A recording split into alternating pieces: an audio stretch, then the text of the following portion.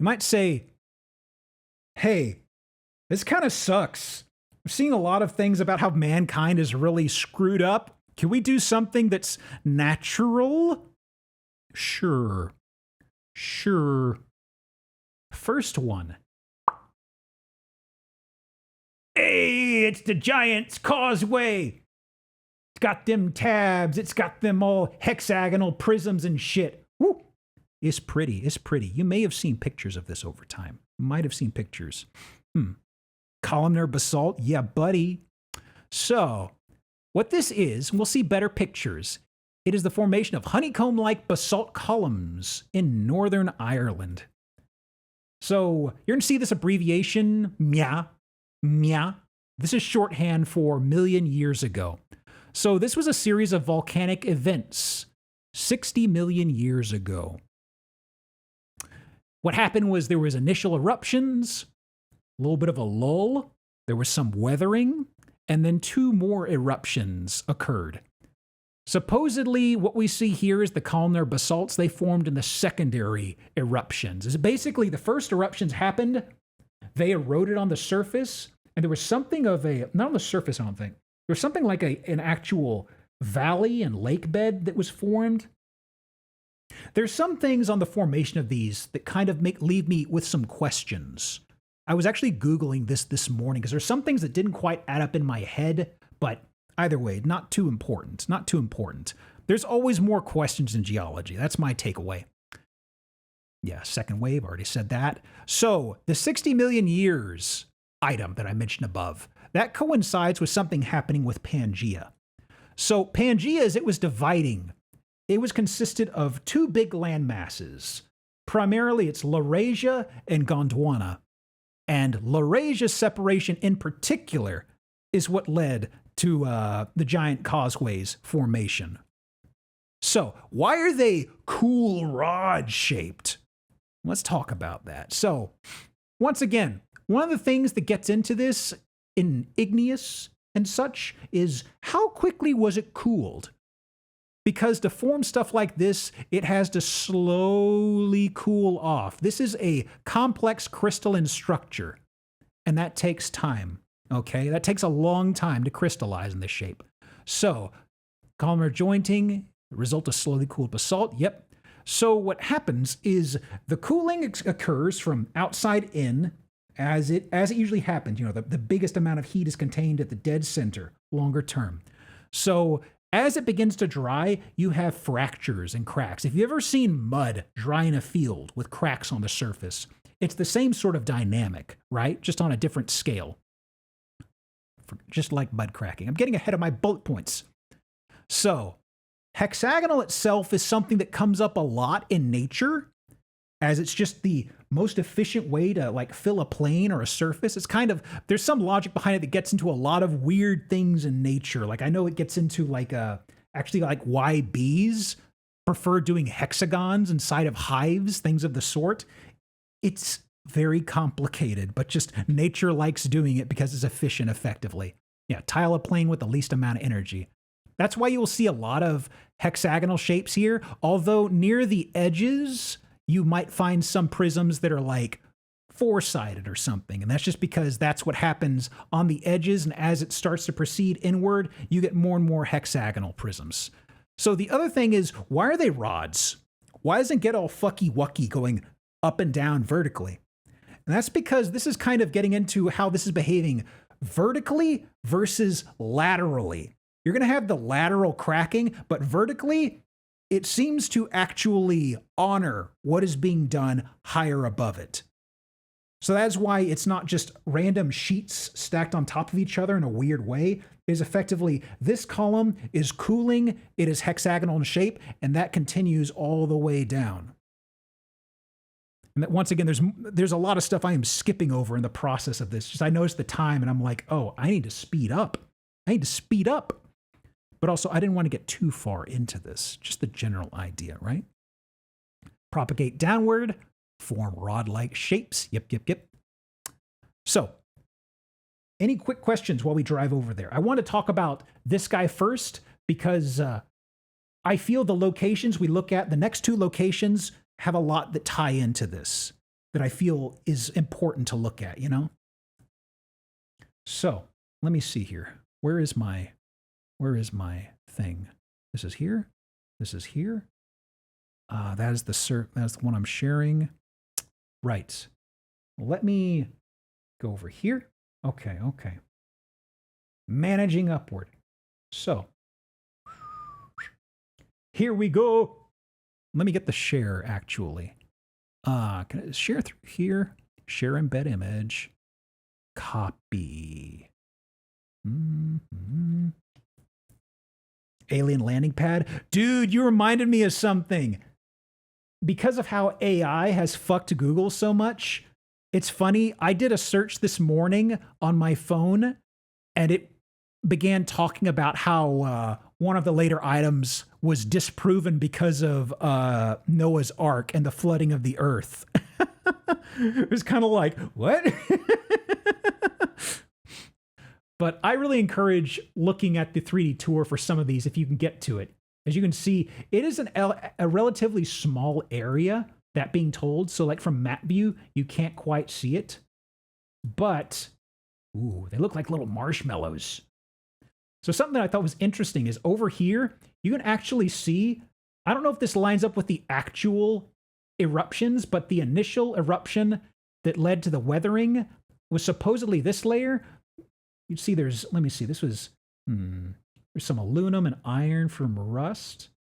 Well, either way, I believe that this doesn't quite light up with the second and third. I don't believe this. I couldn't quite get an idea of how substantial the third eruption was. I think it was supposed to be the biggest series of activities. But this may or may not coincide with about how much was deposited for each of the three eras. Can't say for certain. I saw some folks saying that. I didn't see their proof or logic, but it is what I have heard, you know? Practically see all three cliff faces. That could be the case. I'm not sure, but, you know, once again, I couldn't find thoughts otherwise, but lovely, lovely, lovely countryside. It's gorgeous. There are other street view things, but I feel like this is probably the best one that I've linked just because you're like, bam, directly on top of it. Looks gorgeous though. So then. I did mention the creationism. Boom! Jump scare. I was trying to find something about the basalt in between the layers.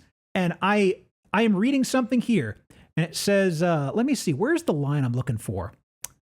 Standard story is the inner basaltic bed is thick soil formed with weathering over unimaginably long time, blah, blah, blah. On the face of it, it seems to be an argument for long ages to contradict biblical timescale. However, the soil is unlike anything in the UK today. So geologists propose the past climate was warm and tropical, like in Africa. They say exposed, but they go on with all this information. However, there are problems with this idea. And it's like, I was reading this, nodding along, then I get to this, where it says exceptions, then I start looking at this diagram. Post-flood, flood, pre-flood, creation.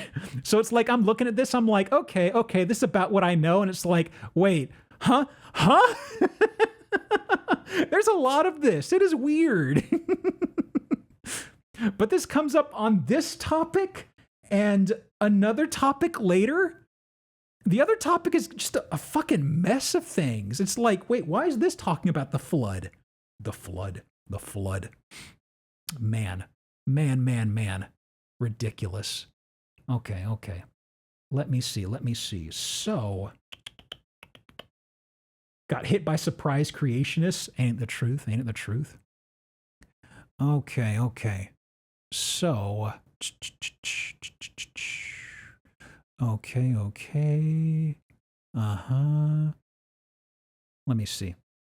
How can the earth flood when it's flat? Exactly. I say this all the time. So, see also the Devil's Tower. Yeah, this is something that threw me off. There's not an apostrophe because of a map naming convention.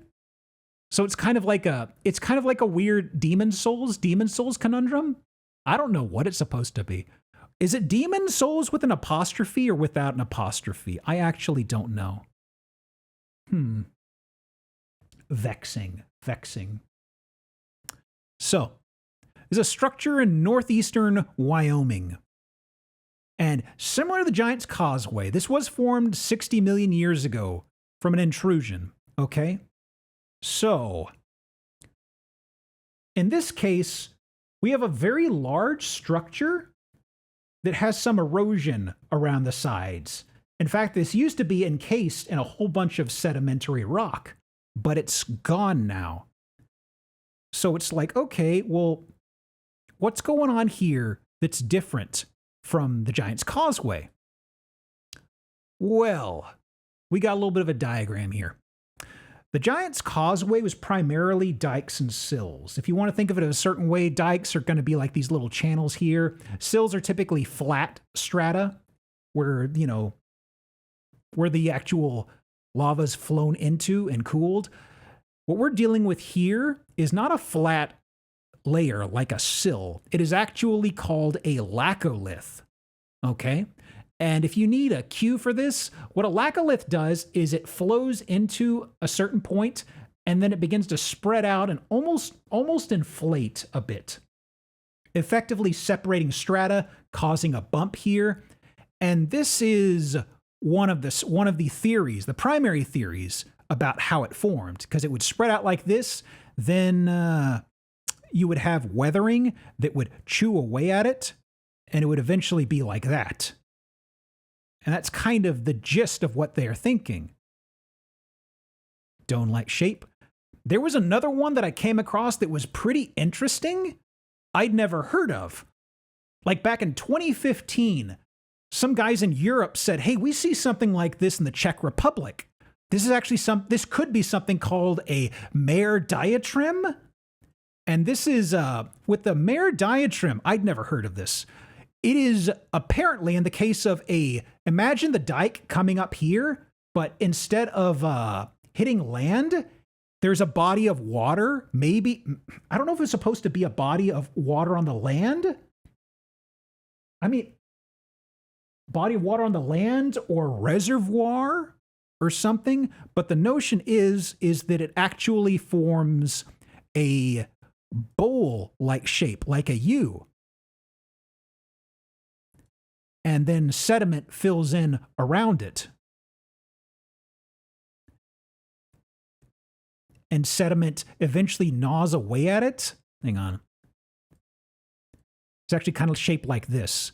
And the notion is that sediment comes in and you are eventually left with that structure we see right now that looks like this. Underground reservoir would work fine, I think. Yeah, it was interesting to see somebody floating that. And I was like, huh. Oh, I'm blocking it. Hang on. That's important, actually. There we go. There we go. Yeah. There we go. So, let me see here. Any questions while I get the map ready? Because this one has a bit to chew on.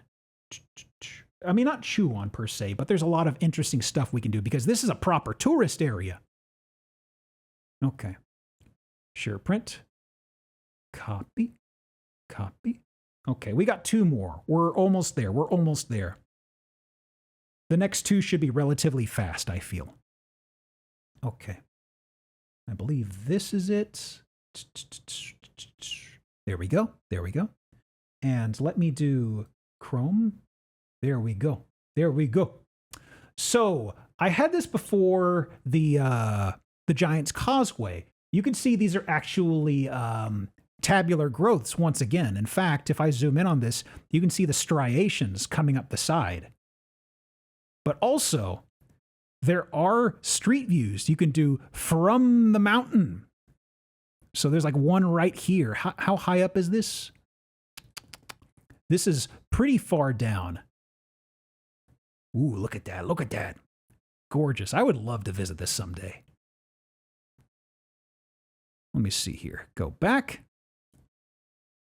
There are a couple interesting places you could pick out on here. Is this here? Oh, folks. Oh, hey. Is this the very top? No. Well, the map didn't seem to line up with that. Huh. Okay, let me see here. The tree stump from giant ancient trees, flat earthers said so. I thought there was one on the side that I clocked the other day. Interesting. I mean, this is flat surface. There was one that was actually on the side of the cliff face. I thought it was this guy, but it is not. Where the heck are you? Dang. Was it this guy? Oh, here we go. Yeah. These guys just hanging out. Cover up those grippers, buddy. But absolutely huge. My God. So let me see. Okay. So, okay. I would hate to be in that specific spot. Don't worry. There's plenty of room elsewhere. And let me see. Okay. Let me tuck this guy away.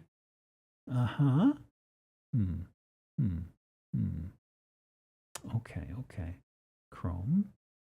So then. Okay. That's here. And next guy. This is a fucked up one. Creationists and people who believe in Atlantis. Oh my God. This was such a frustrating one to look into. The Eye of the Sahara, or the Rishat structure. So, this is located in central Mauritania. The picture doesn't give an indication. This is 25 miles or 40 kilometers in diameter. Really honking big. A lot of honking from here. So, you'll notice one thing. It looks like a big old jawbreaker. Got these nice, interesting concentric lines going on here. But also, heard this mentioned in relation to, it's like, there was some writings from Plato where he talked about ringed structures, and everybody went, oh yeah, he's got to be talking about this. This is perfect. This has got to be what it's about, right? No. But I mean, this was something else I was Googling at some point on my phone, and it was just nonsense. Like the AI prompt that it shoves the very top was worthless. So, putting that aside though, all of the, hang on a second here. Putting that aside though, all the Atlantis stuff, it kind of comes to how was this formed? So some initial thoughts. For a time, some people thought this was a meteorite collision because they're like, well, it's too perfect. It's too nice. There's no other explanation. But the thing is, the layers alternate between a few things. You've got sedimentary. You've got some igneous near the crunchy center. You know the center of a jawbreaker, how there's sometimes some other different candy? The different candy here is somewhat igneous. There's actually a picture I didn't put in here that I wish I did, but well, shit happens. You forget some stuff. Innermost igneous. Yeah. Oh, actually I did. Here we go. Thank you, Past Geop. You can see two plumes. Whoop. These two plumes are the igneous parts that have cropped out here. And otherwise, you can see some interesting here. There's this uplift and there's igneous here. Okay? So, back to Pangaea. Okay? 200 million years ago is about when the separation first started. And there was a part where South America and Africa were adhered together and they began to split. And one of the notions I saw about this is this coincided with the division of Africa and South America. And this isn't right on the shore, but Mauritania is a little ways into Africa. It's still West Africa. And the notion I saw that was interesting was they were talking about the lithosphere, which is effectively, just think about the near surface, about it thinning. And there happened to be a place for a plume not far under there. And as opposed to punching through, it caused uplift. So there was a little bit of a domed uplift. It solidified, it stopped. There were some conduits that came out, but otherwise, it just caused a big old pimple here. Yeah, the equivalent of a blood blister. I was going to go with blood blister in my draft, and I thought that was a little too gross, but I see that we've gone to that in Zit as well. So that's effectively what it is, though. It shoves this up, and that's why we have this bit of a mound situation. Yeah. Didn't pierce the surface, uplifted round surface. Swelling led to a dome, yep. Erosion wore down over time. So the thing is, there is erosion. One of the things I saw that was interesting that I didn't see, I saw in a couple sources, but not elsewhere, is how did it wear down flat if we have igneous? Why isn't it just poking out the igneous part and making it super obvious? And that's probably best answered on the map, honestly. How smooth is it? There's still a good amount of rugosity or bumpiness to it. So let me pull up the map, because there's something that I saw mentioned in a couple places that I thought was interesting, but I could never find a name or confirmation, and I kind of went, it sounds believable. Where is my, was it this browser? This browser. No, that's my slides. I'm sorry, my brain's getting cooked. Where is it? Oh, here we go. Here we go. Okay, close, close, close. There we are. And let me turn on Chrome. So the notion here, you can see the eye of the Sahara from afar. Now you can see a bit of a tear through the near surface leading up to it. The notions I saw is that they believe this was actually a flood plan, a flood planel. I even said that this morning when I was doing a dry run of this. This was a flood channel or a flood plain that actually smoothed this out, which I thought was very interesting. There wasn't too much igneous that protrudes the surface, but that's the belief as to why it is formed so flat. Yeah, the flood flannels. Let me see, copy. I don't have too much more to discuss on this right now, at least from what we've got time-wise. We have one more. There we go, there we go. Does it like water patterns? Yeah, they did find some tools from man around the time. There was like instance of like very basic tools around the perimeter in here. It might have been used for, I don't know if spear fishing would have been a thing they would have done, but at least there was some evidence of life around here. And there was enough to draw people who had tools and weapons and stuff, do some light things. Nothing permanent, but some transient exposure to humans. Still reeling from the Carl Sagan jump scare. At least I didn't have a picture jump scaring you as well. That was a fun discovery, let me tell you. Because I didn't know about the Carl Sagan thing until like maybe about a year ago, I think. So it's actually funny. I did mention I had a prof who was aware of that somehow from one of the people involved. And one of the things he spun off to afterward is he said, was it Sarah Green at the time? I believe so, yeah. That was from what I'd gathered. The weathering would have happened when it was a lot less desert, you know what I mean? He actually, this geophysics prof I had, he actually made a one-off reference where he said, by the way, the big joke about the moon being made of cheese, it's funny because cheese and the moon have similar geophysical properties. He did not expound on that. I don't know if he was serious. Occasionally that pops into my head because he made a one-off thing. He's like, oh, it's funny. They say it's always made of cheese in the cartoons and media and stuff because the geophysical properties of cheese and the surface of the moon are pretty similar. I was like, what? It's like, anyway, time for today's quiz. Ah, rest in peace, you wonderful fella. Let's see. Uno mas. Gotta look out for them cheese quakes. Ooh boy. The cheese rumbles. Let's see. Last one. I promise. I looked this up on Google. I know how it's pronounced. It's the Zhangye. That was my first guess, but I remembered in Assassin's Creed, a bunch of people roasted my ass because rightfully, I don't know how the hell to pronounce Chinese. But supposedly, Zhangye National Geopark. There are a lot of pictures of this online. Tons of them are photoshopped to hell. It looks gorgeous. Believe me, this is beautiful. But so many of them are heavily touched up to where it's like, that's not realistic anymore. So, as you're seeing here, this is quite literally what you will see out in the area. Just striking stripes dipping at wild angles. It is incredible. This is all sandstone. Check out them striations. Extreme dip on the layers. But how? How? Well, 225 meow ago, India and Australia, they were chilling out on their own. They were part of what was called the Indo-Australian Plate, just hanging off, doing their own thing. India was not part of the equation. And then the Tethys Sea, which was a sea that used to be around, began separated from India. Oh, I'm sorry, I misread something. The Tethys Sea actually was separating India from Eurasia itself. And then what happened here is 200 years ago, Pangaea begins its breakup.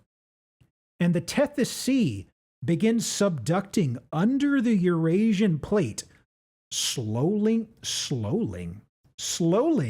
That's not correct. Hang on.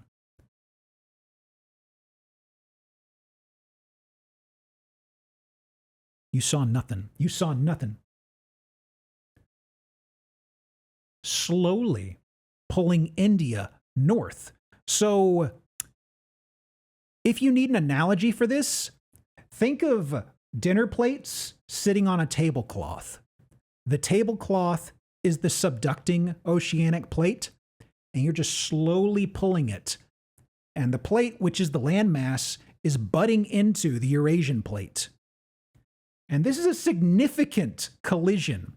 In fact, India collides 50 meow. The uplift in volcanism causes the Himalayas. That is how staggering in scale this is. The Himalayas are from this collision. Okay? Further inland, the sandstone layers that form the Geopark, they get super screwed up because you have uplift from the plates kithing. You have the actual volcanism, and on the entire northeastern and actually northern, etc., stretches beyond the Himalayas, layers are just disturbed on a huge scale. So this is actually from the Geopark's actual website. I was going to freehand draw this, but they actually had this really well described. So you could see crustal movement forms this bit of a wave, which is an anticline and syncline. There's weathering, and then eventually you have this exposure here from all the folds and such that had happened. And that is how you develop this sort of interesting geology. Let me see here. Folded over time, wrinkled, erosion. Yep. And then field trip. This is an interesting one. So, let me see. There are actually a number of sites in the area where you can get a street view of this. I think I found a lot of them are kind of okay. I think I found the best one, honestly. I will pat myself on the back with this. This is a very good street view of the area. Because you can see some of it over here, okay? And as we pitch to the left, like, okay, whatever. Oh, there we go. Look at that. That is beautiful. Man. Super cool. Yeah. And like I said, there are a ton of street view nodes around here.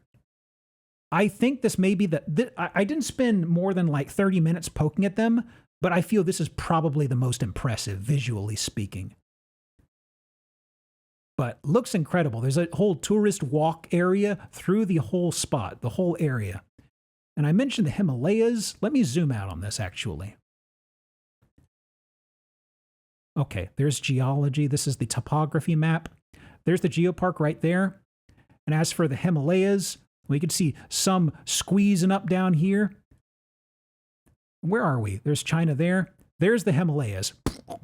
Right there. You can see from the impact, and just a lot of the geology here is just wholly different because this was not part of it originally.